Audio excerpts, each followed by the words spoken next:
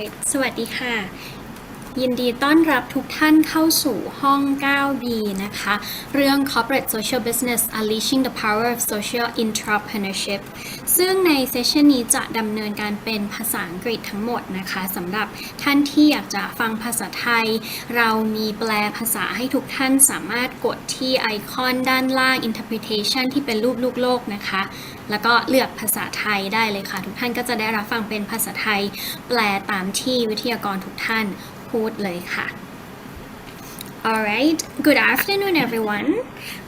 Welcome to the session 9B, Corporate Social Business, Unleashing the Power of Social Intrapreneurship. I've been practicing the title of this session for quite some time because we usually say social entrepreneurship, but social intrapreneurship.This has made me wonder what we're gonna discuss during the session. But before that, a little bit of the housekeeping for the session. So we are now in the sessions and please kindly note that the session is recorded for the knowledge management purposes. We'll be inform everyone again if it's going to be published.Your mic is mute by default, but however, we encourage everyone to participate in the session by raising your hand. You can see the button down below, and we encourage everyone to use the chat box and Q&A box to participate in the session. Please feel free to engage with us, and we hope that everyone would enjoy this lively dialogues from.Our honorable speakers, big team from the people that are engaging in social enterprise, social entrepreneurship for quite so long in Thailand. So I would like to welcome the Yunus Thailand team to the session, and I'll give the floor to Kalam and the rest of the Yunus Thailand team. Please. Fantastic. Thanks so much, Kanpatui. And No, it's a real pleasure to be here and very excited for our session today. And a big thank you also to our translation team as well, who are kindly supporting us. And we won't talk too fast, but I think some people may also be joining in English. So I think the session from the Yunus side will be conducted in English. And then our friends who are providing the translation will translate into Thai for those people who prefer in Thai language as well. But yeah, really excited for this session and this new phrase that some people may not have heard of, social intrapreneurship as well, which, you know, there isn't actually a direct translation for this in Thai. But we're very excited to try and unpack this and unpack corporate-driven social business with you today.And we've got a real kind of stalwarts of Yunus Thailand here supporting us as well. When Dr. Faiz, it'd be a pleasure if I can just briefly introduce you as well. So Dr. Faiz Shah is the founding president of the Yunus Thailand Foundation and is also the executive director at the Yunus Center, the Asian Institute of Technology.And has done a number of very interesting initiatives over a very long, rich career in terms of also leading the world's largest soccer ball company at the time, working with the United Nations, working with NGOs, and also being a medical doctor as well. So it has a real kind of broad string of experiences and strings to his bow that he brings to this discussion.But is one of the, you know, the international leading voices on social business, if he allows me to say it. I know he won't say it himself, but we're very happy to have you here, Dr. Faiz. Thanks so much for joining. And allow me also to introduce Dr. Pipat Yodputikan as well. Dr. Pipat is also a co-founder and chair of business partnerships and corporate strategy at Yunus Thailand, and also is the chairman of the Thaipat Institute. And Dr. Pipat's been involved in a number of initiatives, including launching the Thaipat ESG Index and his various work on ESG and corporate sustainability through the Thaipat Institute.And then also was a initiator of the Thailand Social Business Initiative as well back in 2016, where he really pioneered introducing the concept of social business to large corporations here in Thailand, and is a leading voice on corporate sustainability here in Thailand. And Ajahn, very happy to have you here, and thanks so much for joining us. Thank you, Kalam. A pleasure. Wonderful. And we also have, of course, Patty Ongvasit as well, who's our programs manager here at Yunus Thailand, and is the real hands-on guy. So he's been doing all sorts of stuff, including running social intrapreneurship incubators for corporations here in Thailand, but also working with community entrepreneurs in the southern border provinces. And before being part of the Yunus Thailand team, Patty was also with the World Bank as well, where he was particularly focused on climate change issues as well. So Patty's also got some really interesting perspectives for you all to engage with. And also, we want to also get you asking us lots of questions as well. This is not going to be a lecture. This is an interactive session. We've got the chat function, we've got the Q&A function, so please don't hold back. And it would be wonderful as well if everybody who's joining can just write in the chat box as well your name and where you're, why you've joined here as well, why you've joined this session, and maybe your organization as well. So we also get to know you guys as well. And I forgot to introduce myself as well. So whilst you're all introducing yourselves in the chat function, my name's Callum. I'm the Director of Programs at the Yunus Thailand Foundation as well, and worked in the social business space in Thailand, but also throughout Asia and in Europe as well, on a number of different initiatives, and worked particularly on social intrapreneurship issues and corporate social business with a number of companies, both in Asia and in Europe as well. But I think, I would like to pass over to Patit quickly, because we wanted to kick this off with a poll for you guys, just to see, at this initial stage, what you really think about this topic, corporate social business, social intrapreneurship. Have you heard of this concept before?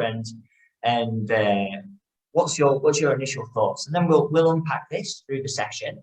But I will hand over to you, Patty, now, and I'm going to launch the poll. All right. Thank you very much, Callum, and big thank you to everyone who's joining us today. Just to kick it off, we'd just like to ask you a couple questions. Actually, it's 5 questions, but split into 6 because one of the questions had too many multiple choice answers to be for the Zoom poll. So we had to split it into 2 questions.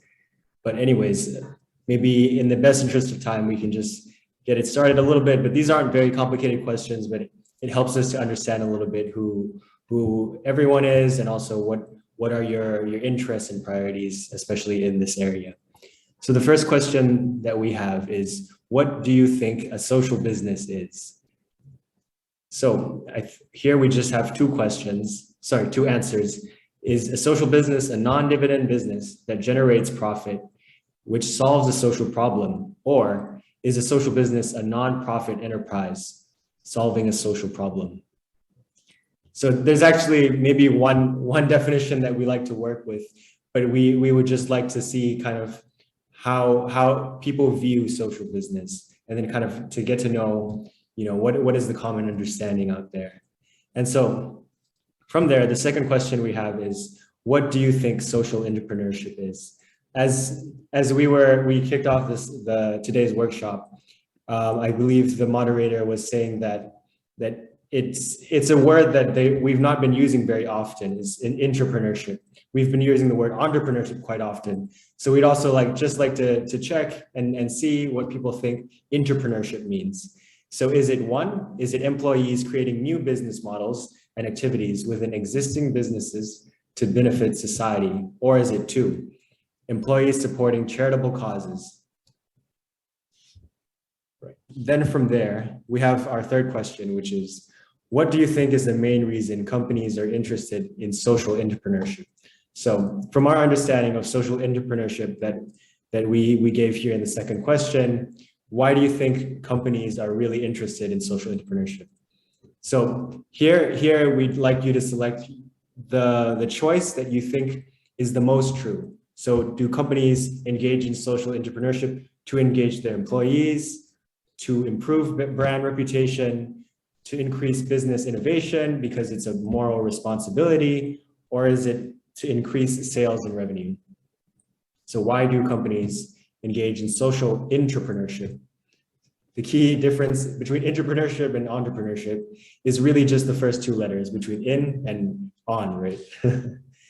And then for the fourth question we have, what areas of social and environmental impact are you most interested in? So for the fourth and fifth questions, it's the same questions actually, but there are 17 choices. You might wonder why there are 17 choices, but that's because we modified a little bit the sustainable development goals to kind of reflect a little bit more specifically on some areas rather than goals. So the first area of interest we have is community income generation and poverty alleviation. The second choice is agriculture and rural development. Please keep in mind that you can select more than one. You can select all if you're interested in all of them, or just one if you're only interested in one of them. The second one here is agriculture and rural development. The third one here is health and well-being. Then you have education and learning development, gender equality, women's rights, LGBTQIA, I believe there's a little typo there. Then there's water resource access and management, access to sustainable energy, industry, innovation, and Thailand 4.0, reducing inequalities. And then the 11th choice, we have cities and urban development. 12th, we have circular economy, plastics, responsible consumption and production. And then next we have greenhouse gas reductions, climate change and action. It's quite a big one, so I imagine a lot of us might be interested in this, particularly now with COP26 just recently passing and just recently having been held a couple of weeks ago, I believe. And then a lot of work has been agreed upon in the international communities and by global governments. And then next up, we have ocean restoration and sustainable fisheries. So life in water, and then you also have life on land, which is biodiversity, habitat, and wildlife protection. And then for the 16th one, we have peace building, tackling drugs and crime-related issues. So a lot of justice and strong institutions. And then finally, we have, you might remember SDG 17 as well, which is partnerships. So partnerships and multi-stakeholder collaborations, which is, if I can highlight what SC Thailand really is doing through this SC forum, is really to connect stakeholders together and then create these partnerships. And finally, this one is kind of just for our own understanding, is what kind of partnership. So in reflection of this kind of the last goal here of partnerships and collaboration, our final question is, what kind of partnership would you be interested in?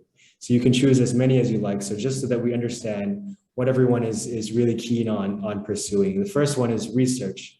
The second one is social entrepreneurship training. The third one is social business design support. So can we come in and try to support how you're designing your social businesses through understanding different models of impact, different models to increase the financial sustainability of your social businesses or whatsoever. I think there's a lot of common problems that social enterprises and social businesses all face. And this is also linked to the next one here, consulting and problem solving. So can we come in and link you up to other stakeholders, or can we provide, through our own expertise and our own knowledge, kind of how you can be addressing the challenges that you face and the pain points maybe that your social business or social enterprise is facing.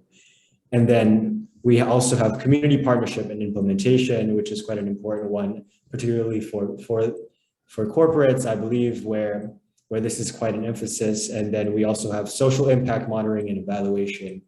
Doing good and making an impact is very important, but almost as important is to understand exactly what you're doing, how big that impact is, and then kind of to have a clear understanding of exactly what you're doing. Or if we've not kind of included where the areas of partnership and collaboration that you have in mind or you're interested in, there's an other choice here, which is the final choice. And I think that's the entire poll. I hope that by me kind of just reading out the poll really slowly, everyone will have had time to complete all the questions and, you know, kind of begun your thinking about these topics. And then please, if you have your own questions, please don't hesitate to really shoot them at us. And then, you know, that's really what we would like, is to have this be a back and forth between everyone. And with that, I'd like to pass it back to Callum.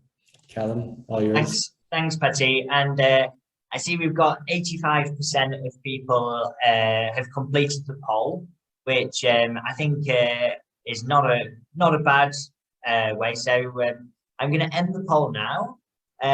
But just to add as well on this, that you know, this is also important for us to you know, we want to follow up with you on these aspects as well. You know, the mission of Yunus Thailand is to be that kind of coordinating mechanism and driving engine for social business here in Thailand. So our job is to support you in areas that you want to focus on, in areas that you need help in, or areas where, you know, where there's synergies where we can work together on as well. So we will follow up on this poll with those of you who have been kind enough to share your thoughts. And Patty, would you like to just kind of quickly run us over the results as well? Sorry, I was on mute. Yeah, so we have the results back now. And so for the first question, what do you think a social business is?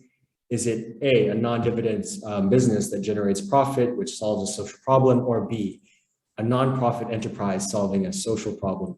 So 80% of participants answered A, and then 20% of the participants answered B. So the answer that, maybe not the correct answer, but the answer that we identify with as social business practitioners is particularly the first answer here. So almost everyone got this question right, but if you got it wrong, it's you know, I'm not trying to shame you. This is obviously an experience to learn for everybody, and then to kind of have basically establish our common definitions. And maybe, I don't know, Callum, would you like to explain a little bit why, you know, a social business is not just a non-profit enterprise solving a social problem? I think we'll go into this. I've got a couple of slides to share after this poll. So we can kind of unpack that there, I think. Okay. So moving on then to the second question, what do you think social entrepreneurship is? So everybody answered the first option, which is employees creating new business models and activities within existing businesses to benefit society. Okay, and nobody answered the second choice, which is employees supporting charitable causes. And for the third question, what do you think is the main reason companies are interested in social entrepreneurship? 33% of participants answered A, to engage employees. 13% answered to improve brand reputation. 13% answered business innovation. And then 40% answered moral responsibility. So this is the highest percentage of participants who think that it's a moral responsibility of the company to engage in social entrepreneurship. And 0%, so nobody thought that social entrepreneurship was pursued by companies to increase sales and revenue. So for the fourth question, which is combined with the fifth question actually, what are the areas of social and environmental impact that you're most interested in? So almost 3/4 of participants answered that community income generation and poverty alleviation was an area of interest. 40% answered agriculture and rural development. 73% answered health and well-being. 67% answered education and learning development. About 47%, so about half, answered gender equality, women's rights, and LGBTQIA. 20% answered water resource access and management. Another 20% answered access to sustainable energy. 27% answered employment and job creation. 13% answered industry innovation and Thailand 4.0. And then almost half, 47%, answered reducing inequalities. And also, just this is connected to the next question as well. 40% answered cities and urban development. And then 67% answered circular economy, plastics, responsible consumption and production. A third of participants answered that they were interested in greenhouse gas reductions, climate change and action. And then 13% answered they were interested in ocean restoration and sustainable fisheries. 27% answered that they were interested in biodiversity, habitat, and wildlife protection. A third answered they were interested in peace building, tackling drugs and crime-related issues. And then 60% of all participants answered partnerships and multi-stakeholder collaborations. So if I can just highlight which, maybe I'll highlight which three have been been the most targeted. The very first one, community income generation and poverty alleviation. And then health, well-being. So both of these, 73% of participants are interested in. And then we also have circular economy, plastics and responsible consumption and production, which 2/3 of participants are interested in. And in and then we also have education and learning development is in fourth. And then in fifth, we have partnerships and multi-stakeholder collaborations. So for the final question, what kind of partnership would you be interested in kind of pursuing? We have 40% of participants interested in research, 53% interested in social intrapreneurship trainings, 80%. So the highest area is social business design support. And then 40% is consulting and problem solving. Another 2/3, 67% is community partnership and implementation. And 1/3 answered social impact monitoring and evaluation. And then we had one participant who answered other. I'm not sure which, it would be really interesting if you could share in the chat box, what is the area of partnership that you're interested in, because I think so that we can also kind of integrate this into the workshop. So yeah, I think that's all the questions. So I'll pass it back again to you, Callum. Thanks so much, Patty. And no, I think there's a lot of interesting stuff there that maybe Dr. Fires, Dr. Peepout, we can bring into the fireside chat, some of the discussions there as well. But it's exciting to see the broad areas of interest as well, actually, that the participants and you guys have shared with us. So I think I don't want to hold us up too much before going into the fireside chat, but I think it could be helpful, since this is a new topic for a number of people, just for me to kind of quickly then go over some of these definitions, some of these concepts that we've spoke about that we've referred to and that were referenced in the Q&A in the poll function there. So when we talk about social business, this is what a social business is defined as. And it's a concrete definition that means the same thing everywhere in the world. It's a non-loss, non-dividend company to solve a social problem. So to break down the components here, right? Non-loss, it means it has to be financially sustainable, and actually it should be profitable. Social business should be profitable. Non-dividend company, meaning that the profits that are generated from the social business stay with the company, stay with the business, stay with the initiative, for two reasons: for sustainability and for scalability. So the more profit generated, the bigger the solution grows. And the final bit then, the primary objective, the primary purpose of any social business is to solve a social or an environmental problem. So you can see these three kind of components then of a social business definition.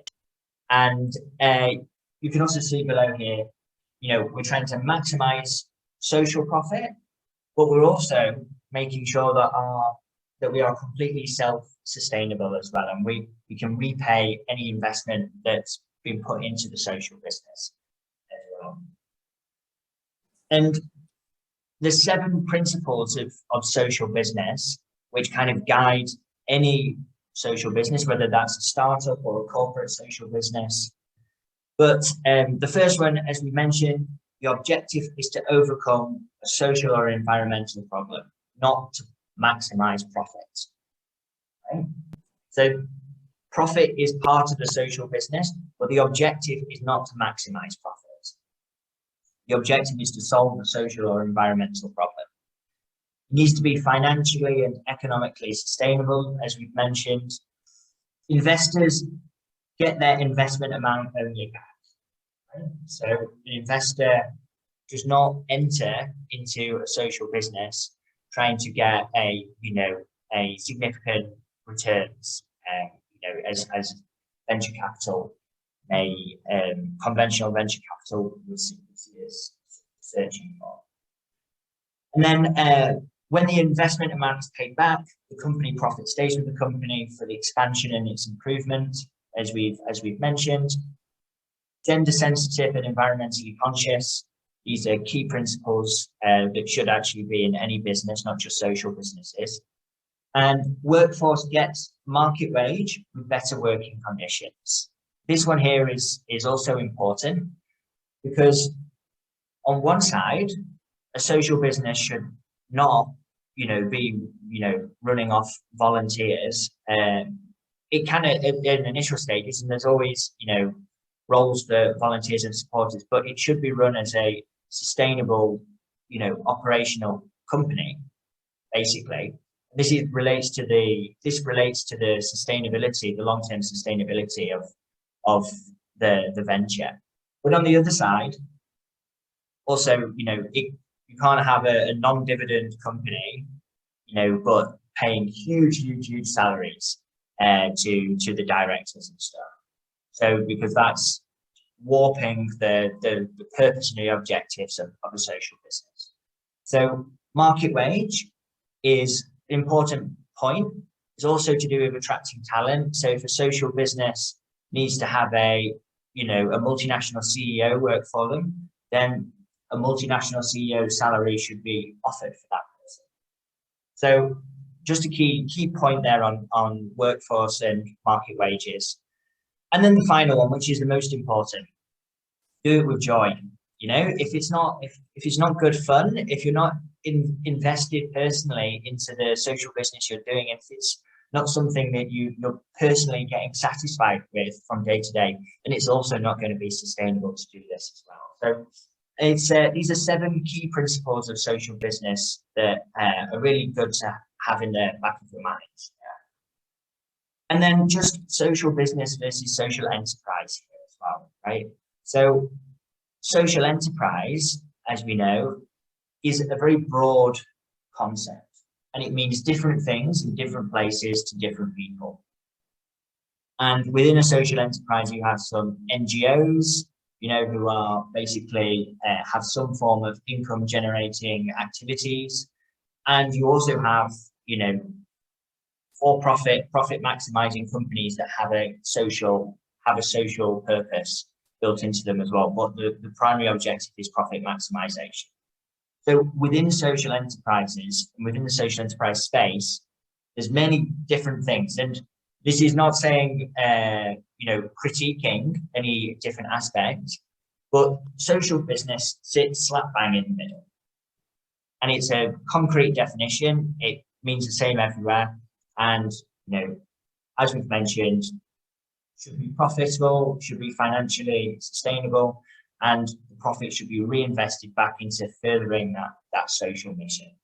So just another key concept thing just to cover here as well. And then when we start looking at kind of some examples of corporate social business or corporate driven social business, we have a number of examples, but the key thing to remember is how can we solve a social problem with the core corporate competencies, right? And I think we'll unpack this even further as we go through. But you can see some examples. So you may know Danone. Danone is I think maybe the world's largest yogurt maker. So they created a special kind of yogurt to solve child malnutrition problems in rural Bangladesh. Veolia, one of the world's largest water companies. So they used their internal innovation to create innovative micro water plants, which provided very cheap access to water in arsenic contaminated areas. BASF, big chemicals company.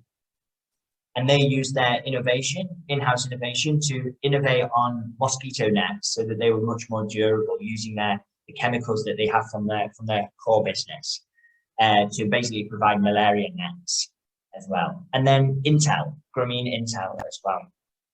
So they have a number of examples where they developed, use some of the technologies from their existing products to create a bangle for rural women to get notifications and warnings when they're in pregnancy, to basically provide, reliable information and to avoid bad decision making.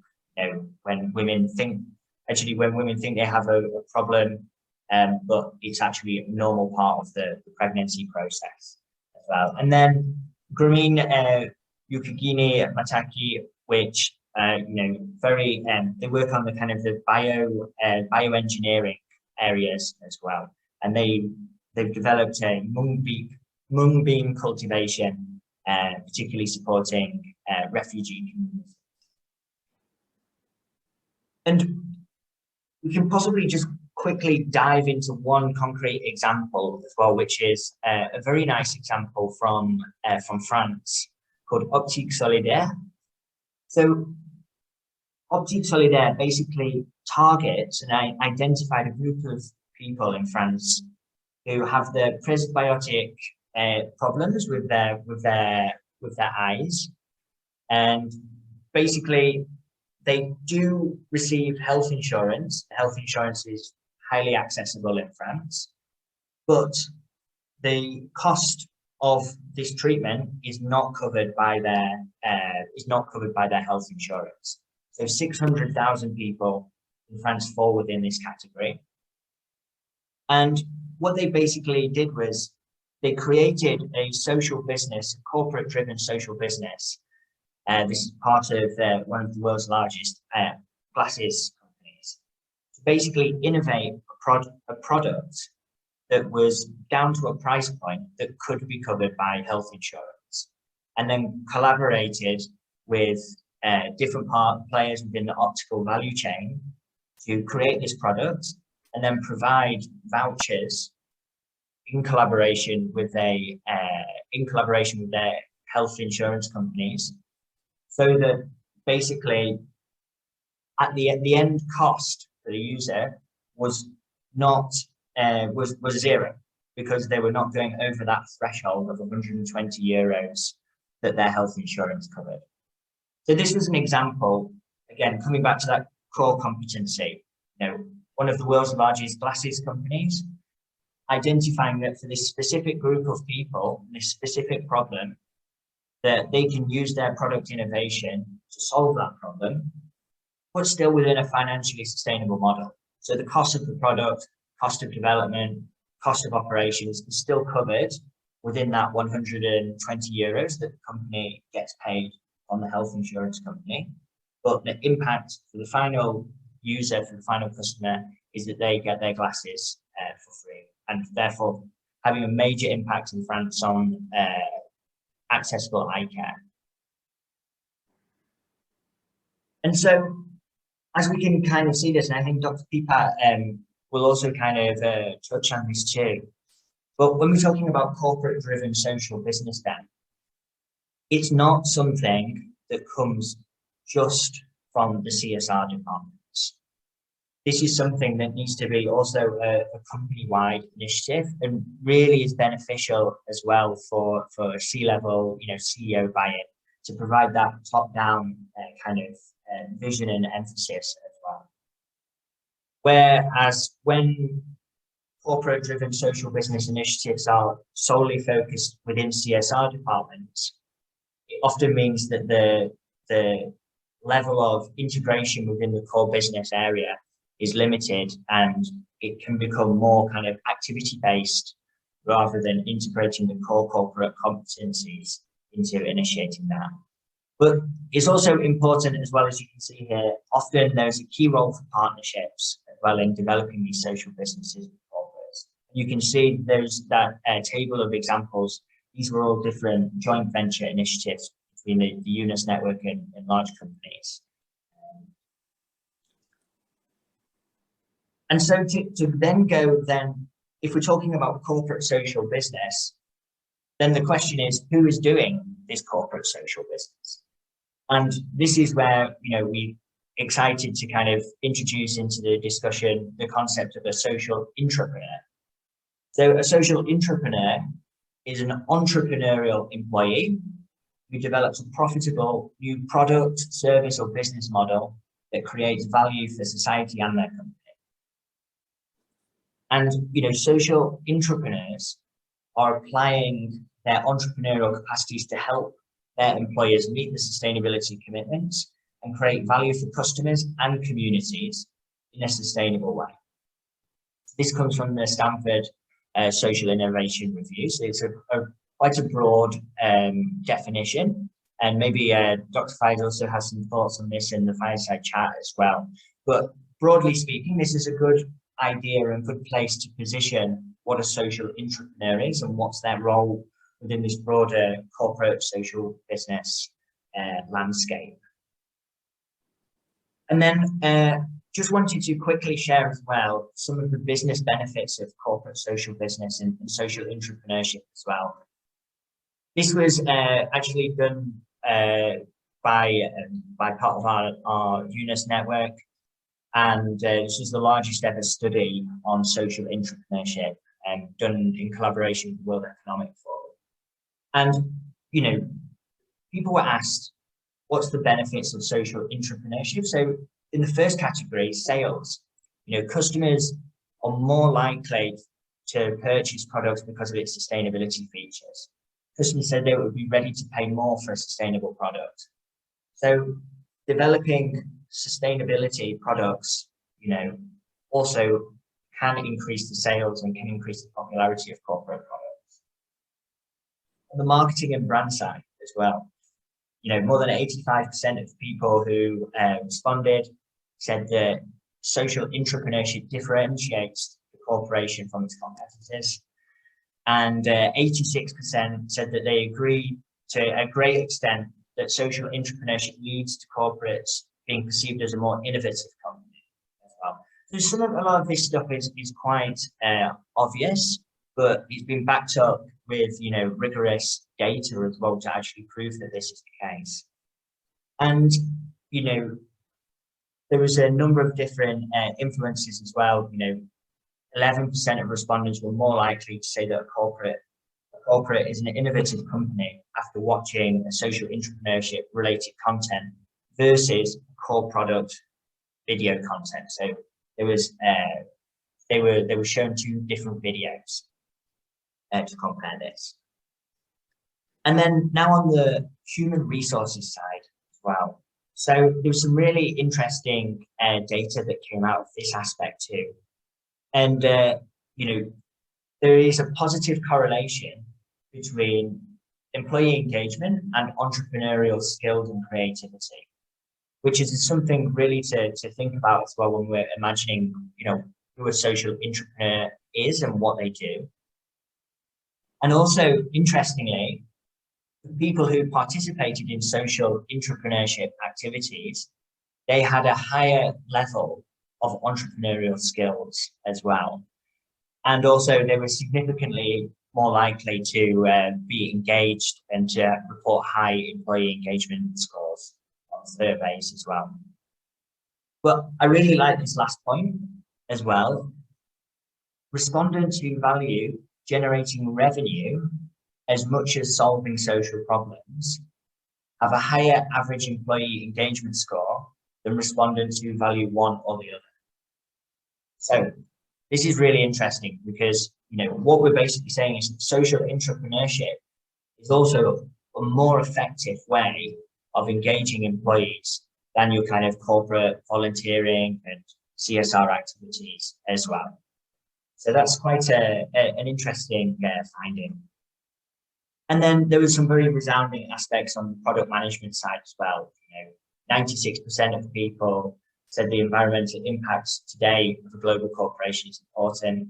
82% said people would be willing to pay more for a sustainable product. And 58% said they had purchased products because of its sustainability features. So quite resounding information here. And, more than 200 social entrepreneurs were asked what are the benefits brought to their company. And 77% said it improves employee engagement and talent attraction. 61% it's led to mindset shifts and culture changes, and even kicked off corporate transformation within their business as well. 50% referenced that it's really spurred on business innovation beyond just the social intrapreneurship initiative. And it's also helped reach new markets, new customers. And interestingly, brand equity was seen as it was mentioned, but seen as one of the lowest areas. It shows that the greenwashing aspect is a small benefit compared to all the internal and external value that social intrapreneurship and social entrepreneurs can bring to a company as well. So I think with this, and I realize probably a bit over time here, so I'd love to introduce now Dr. Peepat and Dr. Fayez. So thanks very much for waiting patiently, gentlemen. So Dr. Peepat, maybe if it's okay, we could start off with you, because you've been involved in the kind of corporate sustainability space in Thailand for a number of years. You established the Thai CSR network, ThaiPat ESG Index, Thailand Social Business Initiative.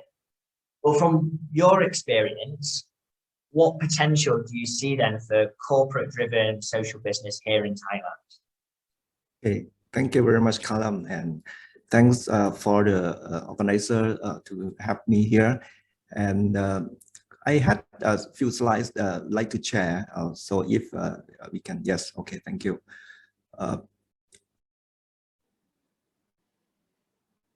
As Column said, number of corporations try to do better business and also to solve the problem in the society, to help society better as well.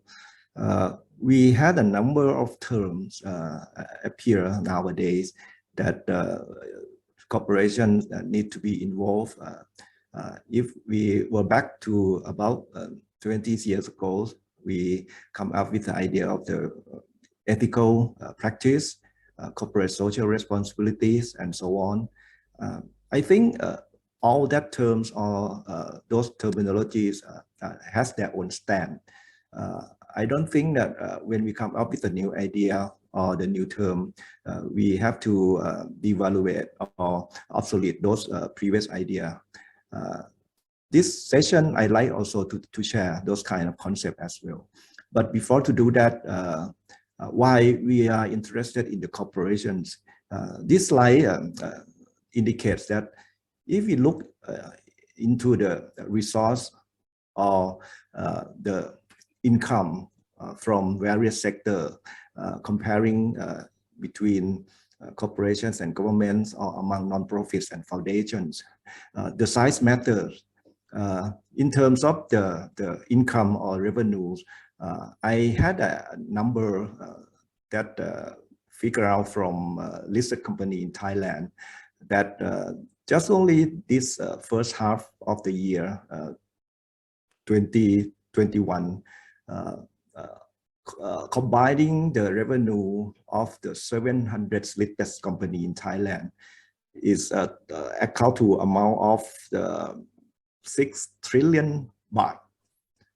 So it's tremendous amount that you can imagine that if the corporations try to utilize those in terms of the society improvement, it could make any longer and further impact. So comparing to the government sector, for the budget of each year, I figure out that for the government budget this year is total around 3.3 trillion baht. So just half of the first half revenue of the listed company. So it's about 1/4 of the resource that government have comparing to the corporations. Not to mention about the non-profit or foundations. I think the resource or the income on those sectors become less. So that's why there are a number of the potential scale of the corporate-driven social business in Thailand and also all over the world as well. That's why many movement or the evolution of the business concept now has oriented on the corporations. So I think that to make this happen, we need some kind of the mindset improvement and also how to shift the mindset of the C-level and also all employees into this kind of concept. Another slide that I like to mention, if I may go to the next one, to answer what the column allow me to explain. This is a certain terms of the sustainability in the area that we involve. Often we've heard about these 6 terms, starting from CG, CSR, ESG, SD, CSV, and also come to our area as a corporate social business or CSB, which is some kind of overlap with the concept of the social enterprise that will come up for explanation later. So in this diagram, when we analyze those terms, you will realize that none of these terms will obsolete because of they has their own stand. For example, when we talk about the corporate governance, this concept is driven by the shareholders, try to govern or oversight the companies in their own interest. Expanding to the ESG, this is also the concept that's falling into the interest of the investment community while they expand the territory to include the environmental and social as well. Comparing to the CSR or corporate social responsibility, this is all about the wide stakeholder group, no matter that is shareholder, employee, or suppliers or community. That's why CSR is not disappear. So we still have to involve with some kind of the engagement with those kind of stakeholders. It depends on how corporations emphasize those kind of action and interaction with their own stakeholders. We had a recent term like a CSV or creating share value. Actually, this one is not about the responsibility or sustainability in comparing to those CSR, but in fact, it's a corporate strategy how to drive the business to deliver the value for society and the business altogether. And the SD is a broader term. Sustainable development try to achieve the sustainable development goals that we have to cover all the matter and aspect of the environmental and also society. Those kind of things working around the conventional business. So this kind of concept is still based on the ground of the business that has to maximize the profit. And the smaller circle that I try to draw a part of the conventional business is the purpose-led business, where CSB and SE fit into this area. Actually, the social business and the social enterprise is not an equal term when we look into the detail. I receive a lot of questions how those terms is the difference and how we can capture those kind of key difference in terms of action. I think the easiest way that we had to do is that starting the social business is not equal to starting the set up the entity. So for the SE, we focus on set up the entity to solve the social problem. While the social business, we focus on the business. In fact, we can utilize our own existing entity. That's why we are introducing the concept of the corporate social business, where this concept can be fit into the existing entity. So this kind of my introduction where that CSB and also other terms comparing and might give you some clearer explanation how different they are. Thank you. Thanks so much for sharing this, Dr. Pipan. It's I love this slide actually. It really covers so many different aspects and a lot of acronyms also in our area of work. I know, so it's often easy to get confused sometimes, but this really highlights the different roles. And I think you really nailed it on the head there with that CSB aspect, locating that overlap between the conventional business and the personal-led business, applying the conventional core business competencies for that, for the social purpose or environmental purpose objectives. But Dr. Fires, if it's okay, I'd love to bring you in now. So Dr. Fires, you've been someone who's worked, in the change management space and in trainings and human capacity building, for many years in many parts of the world. So to go from the kind of social business side of things down to the social intrapreneurship, for you, what is a social intrapreneur, and what's the value that a social intrapreneur brings to his employees? Well, first of all, again, I'd like to thank Optique Thailand for this opportunity for all of us, and your description's actually been quite comprehensive as well. And I really like you. I also really liked the way Dr. Pipat laid out the frame, the contextual frame. But I'd like to step back, if that's okay with you, because I go back in time too. I've been doing this for 40 years, so you can imagine. Maybe I want to go back to the 70s. The first known use of the word intrapreneur is 1978. And then the first time it was used, it was part of a university paper research. So there was even at that time this phenomenon where employees in companies that had a more empowering culture were actually encouraged to try out new things, innovations, new business models, new products, which were mutually beneficial to the company as well as the employee.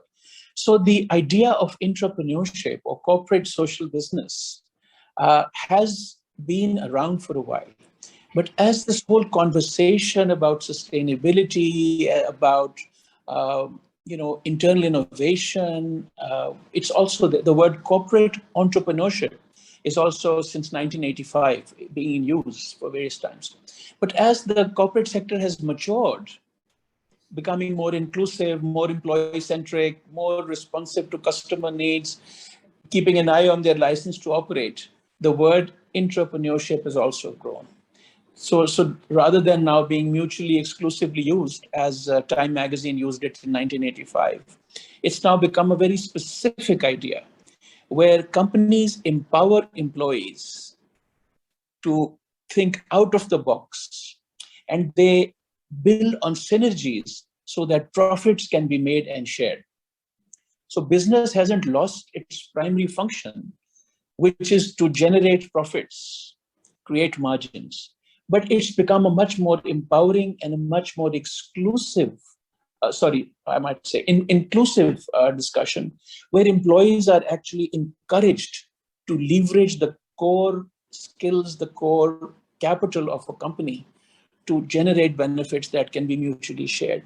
So I think this is where I think the term is today, and there are 7 or 8 characteristics that one of the biggest kind of pushes into this research happened around the year 2000, and that is, if you remember, it coincides with this huge discussion on corporate responsibility and license to operate.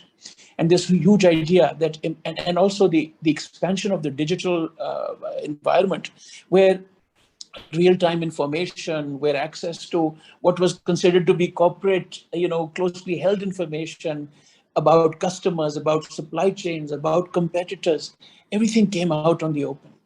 And so it was perforce necessary for companies to create that space. Otherwise, they would lose the brightest of employees to becoming competitors. So there's a quite kind of a, so I wanted to actually dwell briefly on the history of entrepreneurship, converting itself to intrapreneurship. And it's now come to stay.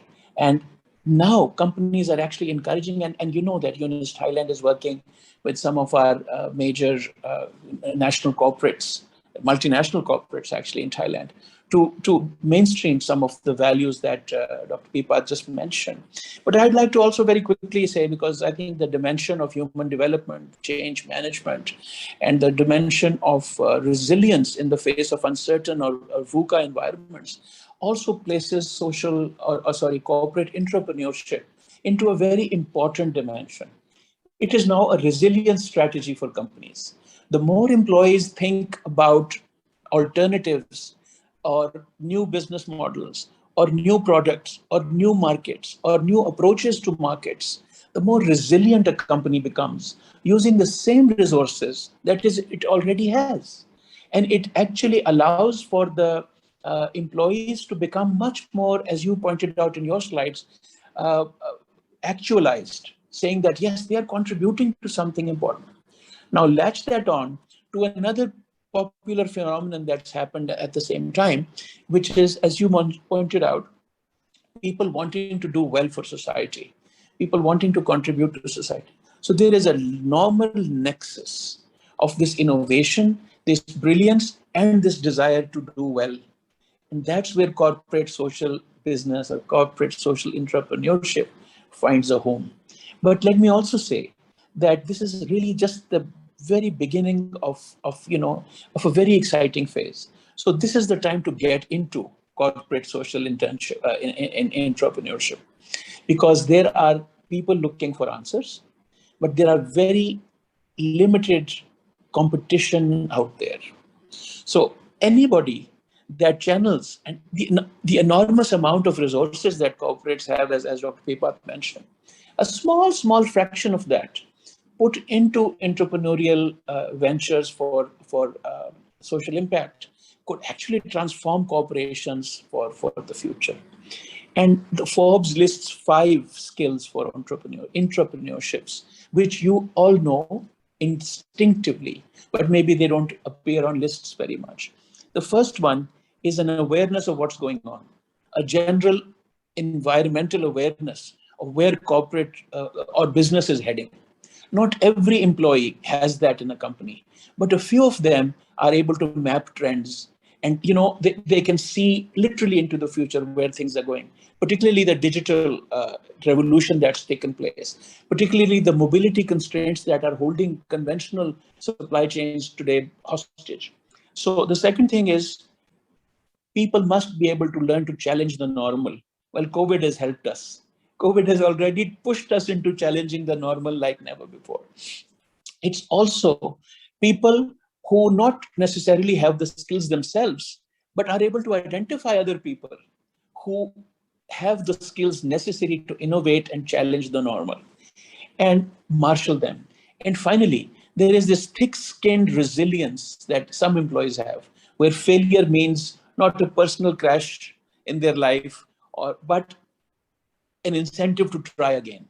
So if I'm to close, what I was saying is, if we can somehow identify this niche, we can build a very interesting model in Thailand, which could probably be one of the first ones where companies actually integrate corporate social entrepreneurship into their business model. It doesn't take extra effort, etc. The resources are all there already. And Yunus Thailand, I hope, can help catalyze some of that into some really innovative things coming out of the Thai industry. And Thailand is known for innovation. It's known for entrepreneurial eagerness. It's known for wanting to be there first. And so that is some of the other ingredients that I think exist here.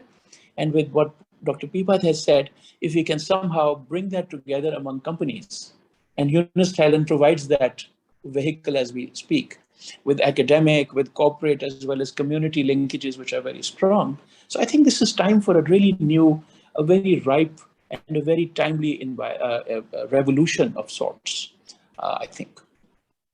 No, I totally agree, Dr. Faiz, and you know, the key aspects and the key trends, I think particularly COVID, right, as well. I mean, COVID is not just changing the business environment, but it's also changed the, for want of a better word, like the psychological environment of many people as well. And, you know, reprioritizing different things. You know, if you're locked in your bedroom for 2 years, you know, you have a lot of time to have a bit of self-reflection. And we see that, don't we, with a number of the young social intrapreneurs we've been working at as well. You know, these days, in today's market and accelerated by COVID, if you want to attract the top talent, then, you know, the pull is more than money. The pull is more than, you know, profit maximization. And I love it. I love the point that you're making as well about the once you start building these skills and this resilience and these adaptive intrapreneurs, then that benefits then also spill over into the day-to-day, you know, core business operations as well of the company. So it's yeah, totally agree. And I also, see it's also time to maybe place a well-calculated leak into the system, so people can already know that we are going to be running an intrapreneurship workshop very soon. So you'll be telling people about that. So we'll release that quickly so that people can keep tuned into this whole discussion.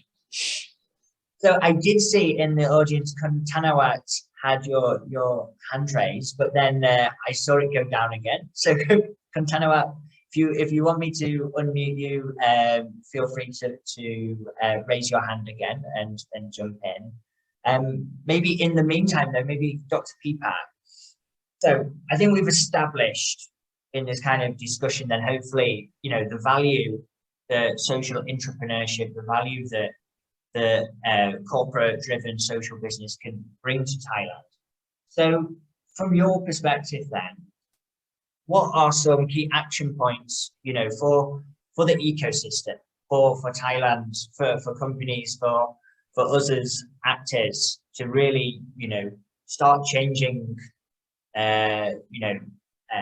changing capitalism from within, if that doesn't sound too revolutionary. But yeah, and to promote corporate social business and social entrepreneurship. Right. Okay.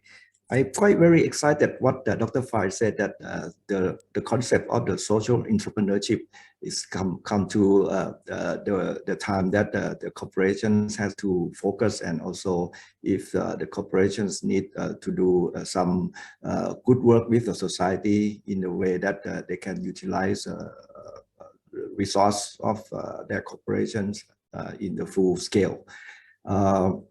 I'm also working with Yunus Thailand team, of course, Patit and Kalam, to introduce this to some of the companies in Thailand, especially on the listed company. I foresee that by next year, I think we should have at least 5 or 10 companies that can embrace this kind of idea into their operations.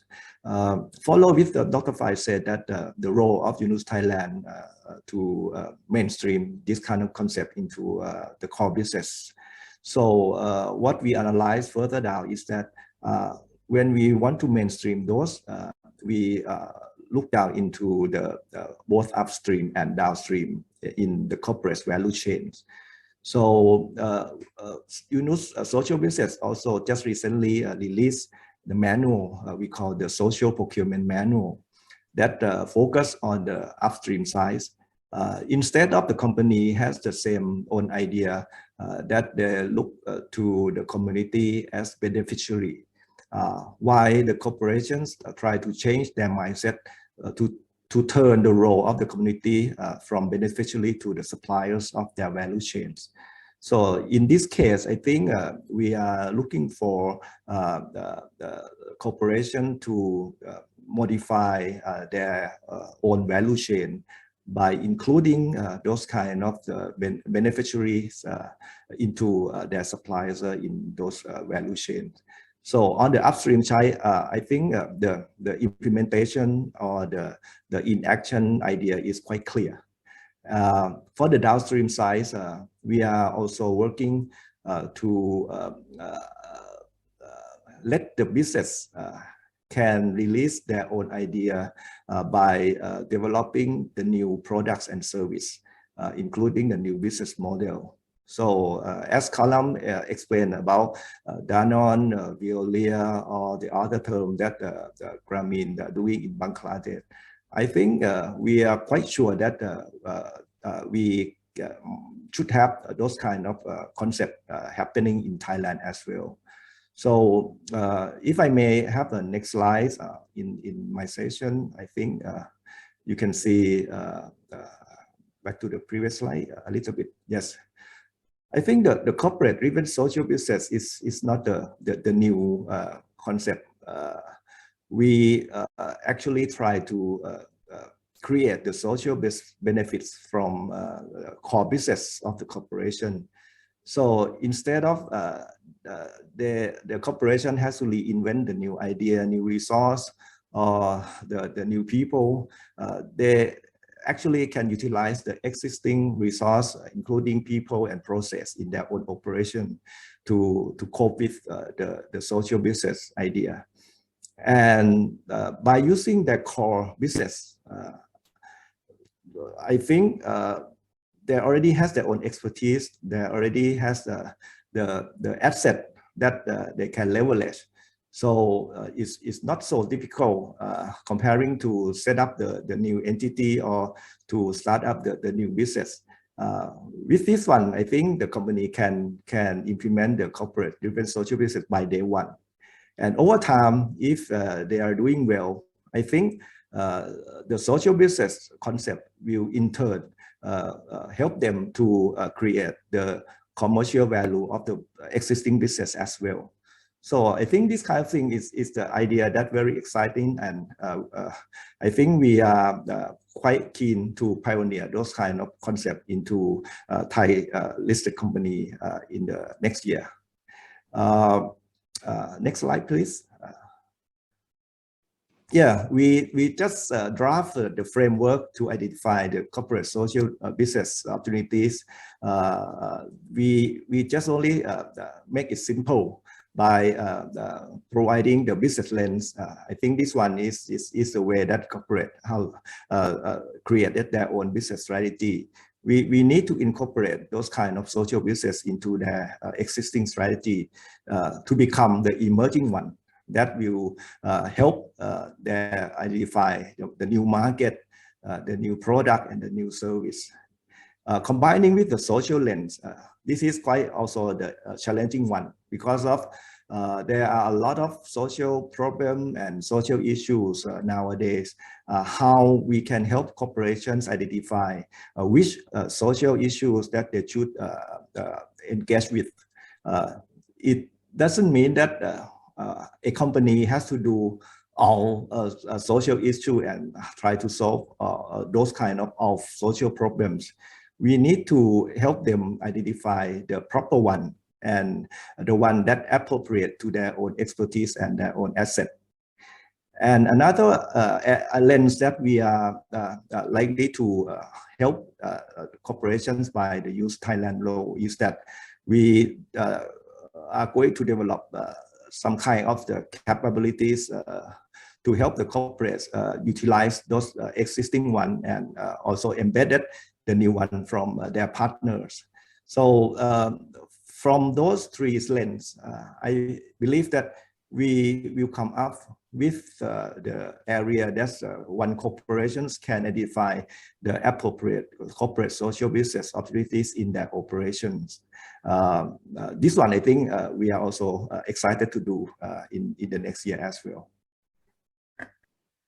Yes, 2022 is going to be an exciting year, I think, particularly in this area. I mean, one thing though, Ajahn, that I do take from what you're describing though is that actually one of the key success points of corporate social business or social intrapreneurship is also though that it's cross-departmental, isn't it? It includes different departments, different areas of a corporate. So that also is one thing that, you know, we often find difficult. You know, if you're only talking to the CSR department, but this also includes the sales and business development departments as well. And is it fair to say, Ajahn, that, you know, high-level executive buy-in is key for this? Yes. May I go to the last slide that I prepared for this session? You are right. I think the corporate must has the high level buy-in from the executives. That is for sure. That is one of the key factor, but it is not the only factor that make this happen and success. I have to say that we are lucky that when you do social business, think this through. When we mention about the corporate social business, is involved about the system or process, and also we develop another pillar that involved with the people. That's why we call the social entrepreneur. So we want to combine those kind of skill from people to empower by the social entrepreneurship, and also to streamline the process by embedded the corporate-driven social business concept into their operations. So by this way, corporate in the future must need a partner. So Yunus Thailand represent ourselves as a partner among all those NGO and also the other parties that has the expertise in their own area. So by this combination, I think we can see the collaboration effort in Thailand when we discuss about the social movement. And back to your question, Kalam, I don't think that when we approach this to the corporations, we just only have to talk with the CSR manager or the business development manager. I think we had to set up some kind like the task force to overcome those kind of issues. I think the first one that we are trying to pilot is that when we can have the CEO buy in this concept, they can appoint or assign the responsible person in each department to take care of. And Yunus Thailand as a partner in the future, we also have a team and expertise to help them try to complement our own asset and expertise to develop the new kind of the capabilities to help create the social business extension in their own operation. So we think that after this year end, this concept, this diagram will represent by the case. So I think that we will see a lot of social business extension happen in the large companies and also the companies that there has ready resource to do that. And I assume that when we talking about the social business extension, it just not have like activities or the event that corporate can do as previous one. But they can use this as an initiative, and if it's success in the future or the long run, they can spin off this to the enterprise as well. Fantastic. It's and I think also, I mean, we hope to pioneer this space in Thailand and push this initiative forwards. But you know, it's not. That partner role also doesn't have to be is not limited to just Yunus Thailand, but you know, any organization can take on this role of partnership. And you know, our role as Yunus Thailand is to maybe pioneer this and push this forward in this space, and then provide this framework, as you mentioned, Ajahn, for other people, then people in the social business, social enterprise space. Right. We anticipate to see this as the starting of the tangible collaboration platform that can help both corporation and NGO work together. Yeah, I love that tangible collaboration platform. That's a good. That's a great great to take forward after this session. And Dr. Faiz then, I mean, you've also, you know, well, you are also a key person in the kind of the international social business ecosystem as well. So have you got any examples that you could kind of like shortly share with us on, you know, where this has particularly worked, and this concept of corporate social business? Well, yes, Callum, definitely. There is, of course, we have a host of examples from our own Yunus Global Network, and some of them you've already expanded on. And there are two areas in which more examples I see coming. Of course, we've seen first it was, you know, anti-poverty kind of things like nutrition and food and mosquito nets, you know. But then we graduated to things like Grameen Intel, the you know, farmer information systems, healthcare system for pregnant mothers, malaria diagnosis, portable health clinics. So now and now drones. So you notice that a lot of these large companies like Intel is not a small company. Adidas is not a small company. Volkswagen is not a small company. You notice now that there's now more technology entering into what used to simply be low-tech pro work. The future is even more interesting.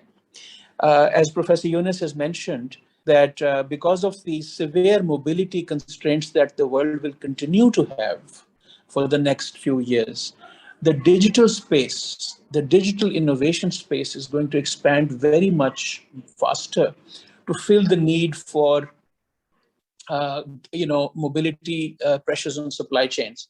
So, and of course, we all have read that paper of his, and, you know, we should probably share it with the group as well, where he says that he foresees in the future, in the immediate future, microeconomies linked with digital means to create global supply chains. Now, imagine that. This what we are now, we're going to really go back to what His late Majesty King Rama IX said about the sufficiency philosophy.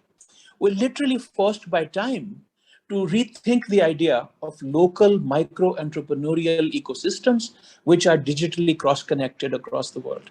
To me, this is a fascinating idea. Imagine the global supply chains that Thai companies already straddle. $100 and $200 billion worth of global supply chains Thailand participates in actually every year.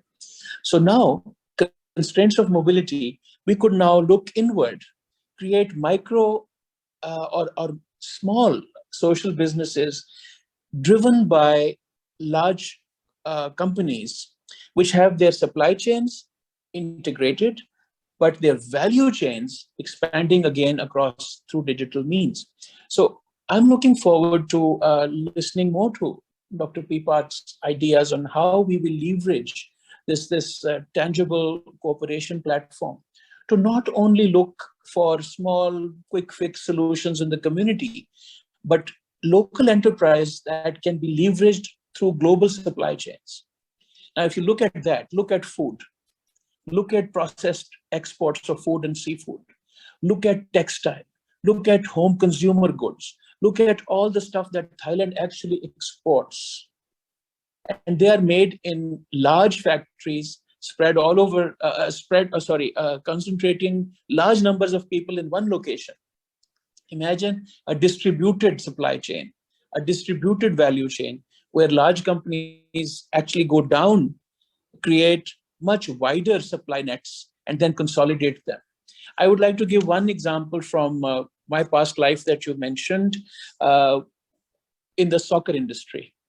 The cost of creating factories for building soccer balls is extremely high, and you have to truck people in and truck people out. And, you know, if you're producing hundreds of thousand units per day, it's a really big challenge. So what we decided to do, and this is almost 30 years ago, is create micro enterprises at the village level where people could construct parts of the product, and then that product would be shipped to the main factory rather than shipping people in and out.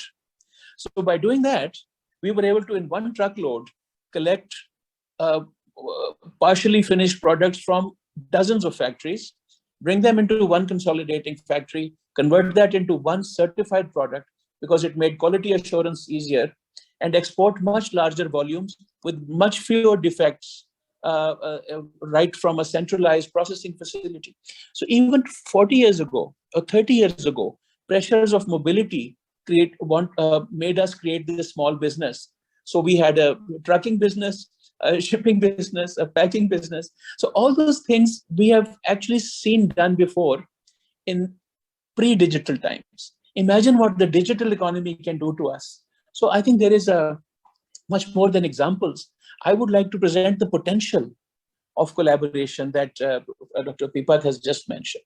So I see this as a great idea, formative stage, where I think we should have a few very quick conversations with some of the 3 or 4 or 5 key companies that are already working with the Yunus team, and come and show quick, tangible conversions from idea to reality.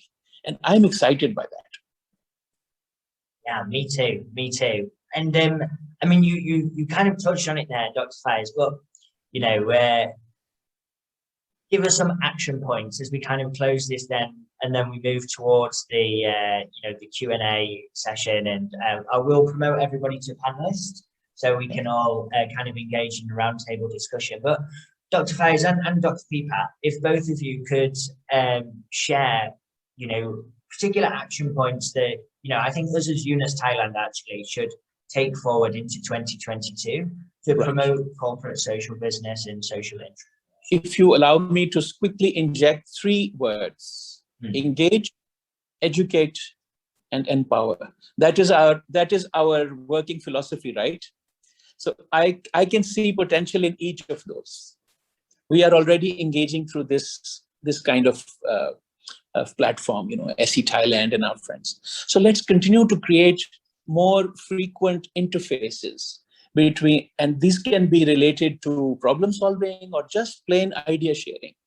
And then, of course, there's this whole potential of bringing people up to speed on what it means and how it can be done and where it can be applied, and how companies, without taking extra effort and extra pain, can actually convert some of their in-process stuff into really good idea generation and creation of new intrapreneurship.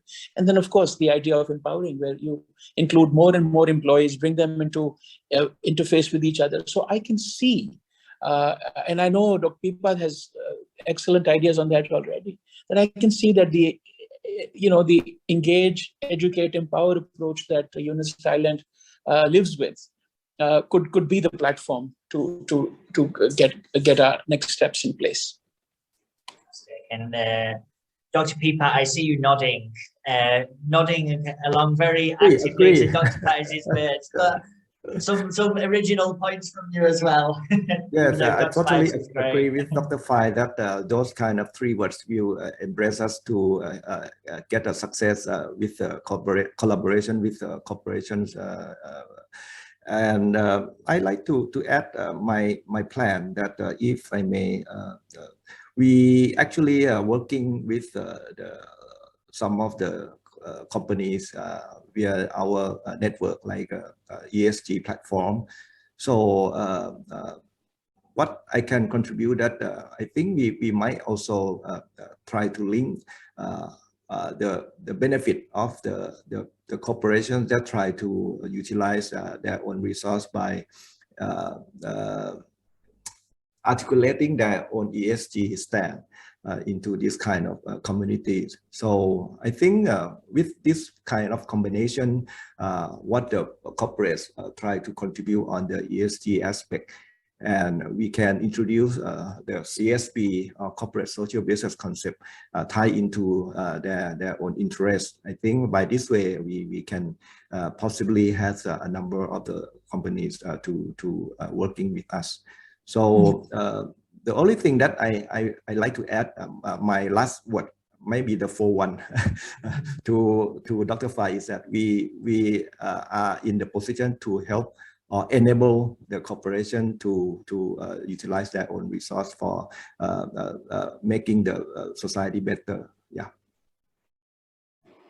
I see it's Dr. Faiz's turn to be nodding, nodding actively. It's Great. yeah. It would be fun, you know, if this was as it is as a Yunus Thailand event. It would be fun now to actually get maybe some questions in, and actually, I'd love to see some people challenge this, right? But people, I mean, to see, I mean, we all seem to be agreeing with each other because we think together. But let's see what the wider group has. I foresee two things. One is that there's no dearth of enthusiasm. We have seen that.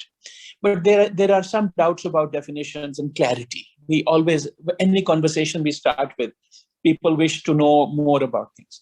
And the second thing is people want evidence of whether it works or not. So these are the two things that I think we need to engage more frequently with, so that, you know, we are able to consolidate a certain usage, a certain terminology that is accurately reflective of how we do things in Thailand. And then the second thing is quickly generating a couple of really good examples that people can go and see. And these don't have to be successful examples. Danone took how many years? Almost a decade to figure out their model in Dhaka, because theirs was the first one. But I think that discourse on framing this and then showing examples of how it can be done should probably be engaging a lot of interest among our corporate, our academic, and our community friends. It's I know it's definitely exciting times ahead, and but a lot of work to be done. And Right. I'm just trying to promote all our participants now up to panelists, so we can engage in a more active discussion. But just whilst I'm doing that, there's two questions in the Q&A box. So maybe Dr. Fayez, there's one here which maybe you can take, which is, does Yunus Thailand work on microfinance as well? Right.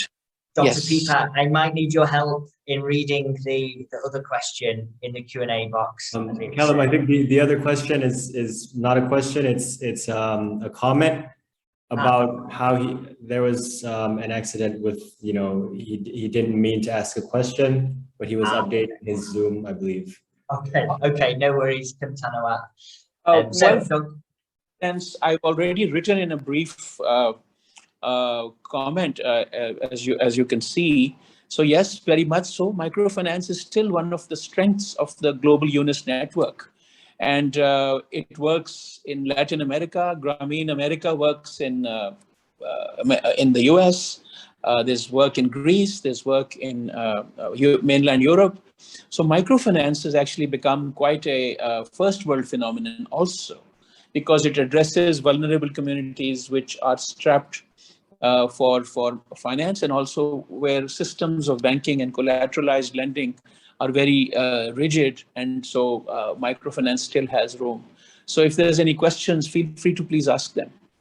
We still have quite a significant footprint globally in microfinance and microinsurance, and mostly financial inclusion is where it's heading. Microfinance happens to be just one very important element of the whole financial inclusion products that we are now trying out. Fantastic. And I see we have here a number of people who have joined us as panelists now. So, Kun Polakrit, would you have any questions? And in Thai is also no problem as well. We also have, of course, Dr. Pipa and Patid and the translation team as well. And we also have Kun Nikon, Kun Ping, and Kundar, of course. If you have any questions too.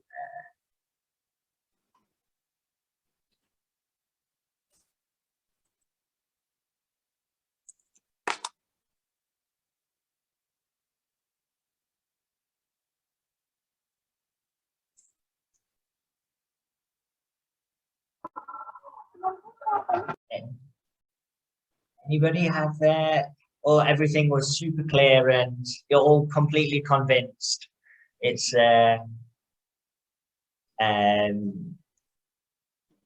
So yeah, no worries, Kandar. Yeah, maybe I can ask a question, Callum, if that's all right. Yeah, I think please. For either of the the doctors, Dr. Pipat and Dr. Faiz, if either one of you want to take this question, but I just, it's a broad question, but what do you see as some of the biggest challenges or obstacles to really making corporate social businesses happen?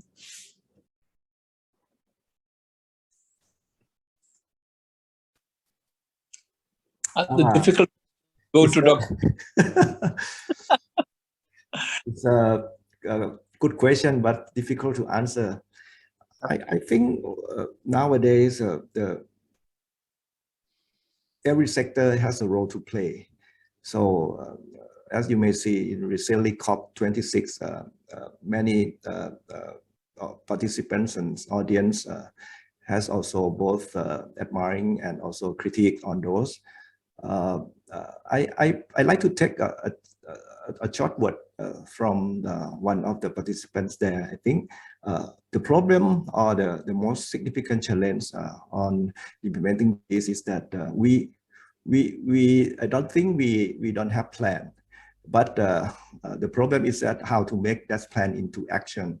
So I think to make this happen, what we are discussing right now is that we have to help the corporations to go on beyond the planning mode, and how to bring them and let them do the action instead.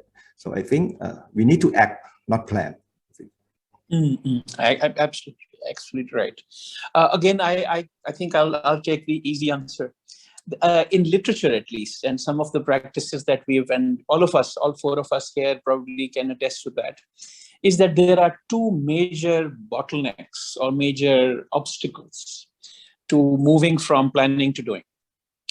And one is intent. The other is fear of change or departure from custom. Because, one of the things that frightens hard-nosed businessmen is, hey, I'm not a do-gooder. I'm not Mother Teresa. I'm supposed to be running a business. How am I supposed to suddenly transform myself into a social do-gooder? So that's one very common feeling we get, as we all can probably see. And the other one is, it's not been done before. It's a fear of departure from custom. And these are actually, these two elements are also defined now in literature as well. Not today, but since a number of years. And so if we work to these two things to answer, we actually have the answers to both of them. If we change the intent from simply profit maximization to social impact, profits actually go up. We know that. And a lot of businesses have shown. And I think Dr. Pipat has worked with so many of his ESG counterparts in Thailand itself.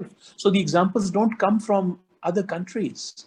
They come from Thailand, where you create something of social value and your bottom line actually builds much faster.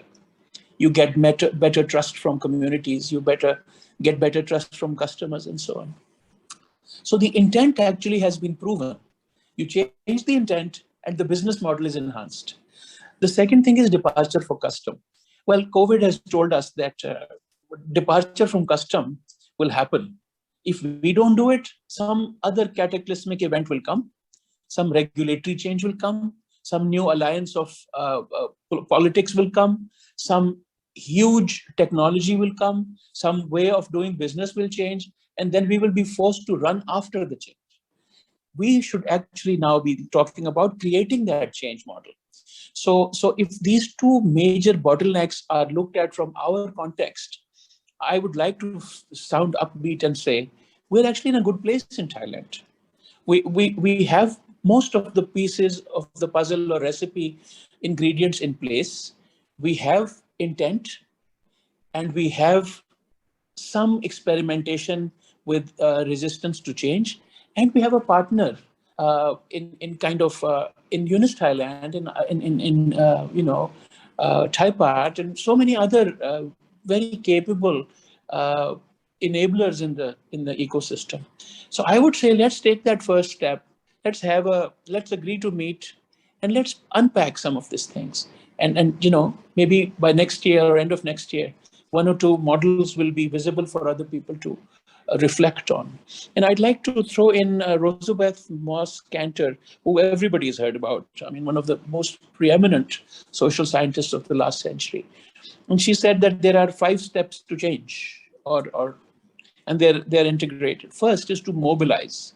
You need to talk to people so you understand what's going on. The second is to define what the problem is that you want to solve. And the third one is to build coalitions to support your program. And then you have to actually mobilize and complete what you've started, which is actually the action phase. And the last one is to reflect on how you can fix it.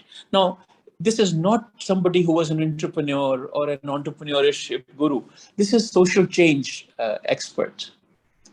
So we follow social change, the same 5 steps that Cantor has said. And you see that they're fitting our situation also. Sorry to make it a little bit dry and academic, but that's also what I do for a living. So sometimes I get carried away. Sorry about that, Karen. No, I really, you say it's academic, but it also gives a framework for key action points and key steps as well moving forward. So I really like it. And, there is, you have kind of covered this question, but there is one in there of slightly different, but what are the most important factors that make corporates embrace the idea of social intrapreneurship? But I think Dr. Peepa and Dr. Faiz, you have kind of spoke about this, but on that specific point of corporates embracing the idea, what would you suggest or share? If I may, yeah, I think the hard part is that how to kick this process off. So we think that if we can have some kind of the set of pioneer from the corporations that buy in this idea, I think the key factors to help this success is that the momentum. So we need that kind of momentum. So that's why when we talk about the collaboration platform, because as Dr. Fai said, it might be new for someone in this area that how to understand and have a clearer definition on those. So the fear is coming that is not success or not, or it has to contribute or spend a lot of time or resource on that one. But if we can show them some of the cases that we are implementing and also had a further success. So after that, I think the momentum will come. So I think it is our role to kick this kind of view off on the beginning. Absolutely. Absolutely. I agree with that 100%. And I don't think there's much more to add to this very solid proposal that, you know, we need to create this mechanism, this platform and we need a few early actors, you know, the vanguard. We need the vanguard, and the gate is open now. So I think we should be able to. Maybe we should announce some kind of a lottery or something. You know, the first 5 guys get, I don't know. I'm willing to donate my time for it, but if Dr. Peepa agrees and some of our other experts agree, I think we should be able to offer like a few initial consultations. If people, I mean, I'm not trying to put anybody on the spot here, but I'm willing to spend time talking to people who want to unpack this, and then who knows, we can get something really interesting. There's huge potential, and you know that's our role as Yunus Thailand, isn't it? To be that friend, if you like, to anyone who wants to go on this journey, to be a friend, to be a platform, to be an enabler, and to support corporates, to support even employees within corporates who would like to push this aspect as well. So as always, we have an open door policy at Yunus Thailand, and I'm just wary of the time, but we just have one final question then from our very good friend Peepom. Thanks so much for joining, and Dr. Faiz, Dr. Peepa, in the context of social business, what's the situation at the moment in Thailand for microfinance and micro insurance, and how do you see this? How do you see this going? And Pipom, if you allow me to add in a little bit onto your question as well, is microfinance, micro insurance also an area of opportunity for corporate social business?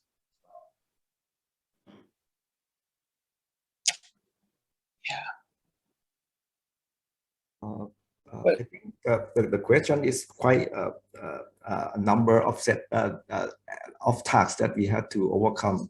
But in our journey from the starting of the corporate social business, I think we also address some of the part that Dr. Pipom said. We actually draw the line that how we can utilize the resource of the corporations in terms of helping the micro entrepreneur achieve those kind of business setup. We actually have the No-Bin program that there are quite a number of proof of success in Bangladesh. So we also have planned to bring those No-Bin program into Thailand as well. So that is part of our journey that we are going to do so. So let's start with the corporate-driven social business, and with those further resources, then we can drill down into the No-Bin program and touch on the point that people mentioned about the microfinance and also the micro insurance. Yes, indeed, indeed. Again, the whole thing is, why do we need microfinance? Why do we need microinsurance? That's because the way our financial structures or financial systems are laid out, they still allow some of these very vulnerable people to drop through. So the microfinance idea itself is not just a financial service, it's a safety, social safety net. So as long as there are people in Thailand who cannot access conventional financial systems or either enterprise finance or running finance or somehow risk mitigation finance, we will need these services. So I think the market exists. What's happened there is that because regular banks have now begun to offer similar products, it doesn't appear to be a huge need in Thailand. So now you've got a lot of the microcredit products, microinsurance products coming in through scheduled banks. This is a good sign, but I think there is still need. And the need lies maybe at the community level, like in fishing villages that Patit has worked with, or, Callum, your work in the north in Mysore, and so on, where you actually see the people are falling through the established systems. So if some companies who have businesses or who have commercial interests in the north of Thailand or in the south of Thailand or in less populated or vulnerable communities along their business axes, I think there are opportunities for us to include microfinance and basically financial products as part of that internal intrapreneurship initiative. The second aspect here is that financial services are a very highly regulated sector in every country. Thailand is no exception when it comes to financial oversight and regulation of the financial sector. So that's one other constraint. But if you're already a company, if you're already handling certain regulatory functions, if you have a credit rating, if you have a reporting structure, if you are listed, whatever, then your credibility to start something in the microfinance sector is much better and much easier to work with, rather than starting a brand new microfinance outfit somewhere, which will take years to get regulatory approval. Companies have this advantage of spinning off internal or entrepreneurial ventures, which can actually fill this gap in financial services. Just a thought. I totally agree. It's And there's also in microfinance in Thailand, like you mentioned, Dr. Faiz, there's a big difference between the formal and the informal microfinance sectors as well, isn't there? And there's a lot of interesting and needed work still to be done in that kind of community-based informal side of things, building those platforms for not leaving anyone behind as such, and financial services such a key part in that. But I'm very aware that we've been a bit cheeky and gone 20 minutes over time for our session, but it was really good to have some very interesting and engaging questions. And thanks so much everybody for joining us. Thanks so much Dr. Pipat, Dr. Faiz, Atit, as well for your Sunday afternoons and for sharing. But I think it's a really exciting topic and really exciting area of work, and anybody who's joined today and is interested in working with us, collaborating with us on this area, then please feel free to reach out. I'll put my email in the chat box as well. And also, Callum, I think we also have to really give a huge thank you to Social Enterprise Thailand. Yes. And the wonderful team that made this entire event happen. I think, Kun Da and Kun Patawi and both translators, right? I think we had 2 translators with us as well. I'd like to especially add Pati to this translation team, Kun Mataga and Kun Masiri. We don't know how perhaps difficult it is to do a simultaneous translation, but I'm sure they've done a great job. Thank you for that. I wanted to also add to that, apart from the wonderful team that's done this as well. Totally. And I know it's been a real pleasure doing this event and supporting. What a wonderful forum it's been as well. And I think a great way to end as well. The theme of the conference is also very much attached to what we're talking about here as well. Where profit can meet purpose, and corporate social business, social intrapreneurship is hopefully a really great example, and an example we're going to see flourish here in Thailand in 2022 and beyond.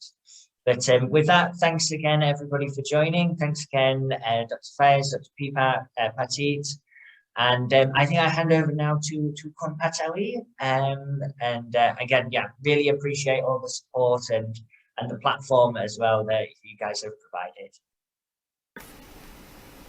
Thank you very much, Callum and the Yunus team, for sharing with us with these important issues that we would like to continue definitely discuss in Thailand and beyond. Thank you everyone for joining the session with us today.